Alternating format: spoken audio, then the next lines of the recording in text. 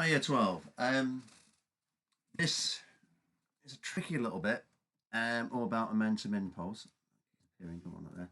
And I'm uploading this, and it's basically coming back to what we're being taught is you have been all learnt about impulse, or Newton's second law, where you said F is the force, is going to be the rate of change in momentum with time. If you've got a constant mass, the equation popped out then when you had your m comes out because constant over delta v over t, and that's where your F equals ma popped out from. Newton's second law with simplification, because some cases you can have a mass changing at a constant rate. In that case, then the velocity pops out, and then you end up with your delta m over t. Now, the big step up to A level is using this equation here, which is tricky. So, I think situation that Daniel, I know Daniel, had to use you. He's got his model helicopter out, and his model helicopter is floating in the air. Therefore, what it's doing, it's blasting air down in a column just like this, and it's forcing it going down. Okay, because the air is forced down, Newton's third law, every action equal opposite reaction, it forces the helicopter up. Therefore, this helicopter has got a mass of 1,000 kilograms. Sorry, 100 kilograms even. Quite heavy helicopter this. Therefore, its weight acts down. And what this question asks you is, given that the radius of the rotors is going to be 5 meters, calculate the velocity of the air flow produced by the rotor, and here you've got the density of air. Therefore, I want that velocity of the air going down. Now, we looked at hovercrafts. Well, I did my groups, traveling along the over the water, again blasting air at the back, and rather than going in the linear direction left and right, this is now hovering, going up vertically. Now, to work this one out, you have to go back to your original equation of where you have your F equals delta mv over t. But now you have got constant mass, therefore the mass pops out, and you've now got your delta v over t. Okay, now the trick in this is you take time is going to be 1 second. If you take time as 1 second, the distance this air is moved down is going to be distance v. Hence, if it's going down at 4 meters per second, it go down 4 meters. It's going at 10 meters per second, it go down 10 meters in 1 second. And that's a trick with this one. Because what I want to work on first of all is working out this mass. Now, you know, from work we've done earlier in the year, that density equals mass divided by your volume. Therefore, your mass is equal to your density multiplied by the volume. And this is why they give you the density. So, in that case then, won't it then, the volume, be pi r squared, rather than multiplied by the length is going to be v. Hence, you've taken this as a circle, cylinder here. Therefore, that's your top of your cylinder. Pi r squared multiplied by the length is going to give you a total volume. In that case then, the density is then going to be pi multiplied by 25, which is 5 squared, multiplied then by your v.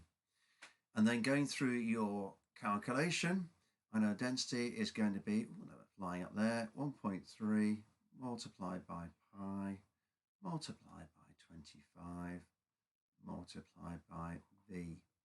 Hence, what you end up then is the mass then pops out, we put into your calculator, is 102.1 v. Great.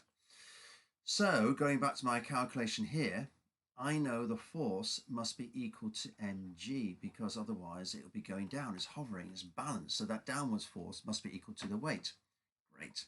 So I can take my mass is going to be 100. I can multiply it by 9.8. So I know straight away then that's going to be 980 newtons. So going back to my equation, which is over here, the force acting down is going to be 980. I'm going to basically put up with, because it goes equal to the weight, pushing it up. Upwards force must be 980. Then it's going to be 102.1 multiply v, apologies. Get my rubber out here, in again. but also it's going to be multiplied by V again. Now I can divide it by the time, but the time is going to be 1 second. So literally you can write down 980 is then equal to 102.1 V squared. And if you do then your number crunching, you'll find V equals 3.1 meters per second. And that's with the velocity of air going down, which basically keeps the helicopter balancing. And obviously, if the helicopter's heavier, wouldn't V have to increase? The other things I can ask you is about like this lovely little lad here. Who's that reminding me of in 12B? I'll let you think about that one. Anyway, he's got a hose and the water's going out here and it's hitting a wall and then it's running down the wall here. So you've got water leaves a hose pipe. It's got a cross-sectional area of 3.2 times 10 to minus 4 meters squared with a horizontal velocity of 3 meters per second. It strikes a horizontal wall and runs down without rebounding. Now that's very important because when it hits the wall, we're saying the velocity goes to 0. What's the force of the wall? And again, you've got the density, and density is going to be 1,000 kilograms per meter cubed. So I now think of a diagram. Yes, Mr. Mumford loves his diagrams, doesn't he? There's going to be my cylinder. It's going to hit a wall just here and run downwards. But again, what you do is if you say the velocity is going to be 3 meters per second, if I take time to equal 1 second, won't the distance it go along here simply equal 3? Okay, so you're going back to exactly the same equation you had before, where your F is then going to equal to your V delta M over T. Now again, we're going to say T equals 1 second, and we know the V value this time. So to work out your M, like we did before, you got your density multiplied by the volume. Now the density equals 1,000. The volume is now going to be, and I'll put that in brackets for you, 3.2 times 10 to the minus 4 multiplied by the length, which is going to be 3. Okay, and that's going to be your pi r squared L. If you do that into your calculator, you then get 0.96 kilograms.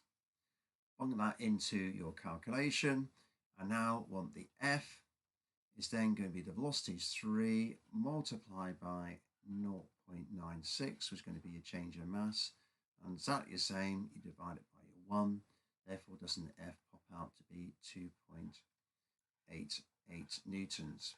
And I normally run that up to about 2 significant figures. 1 significant figure doesn't really make much sense to me, of 2.9. Anyway, I've included a worksheet with that on Edmodo. You have to go with some yourself, and I'll try and put the answers up there as well. Anyway, hope you now understand about Newton's second law. We have changing mass.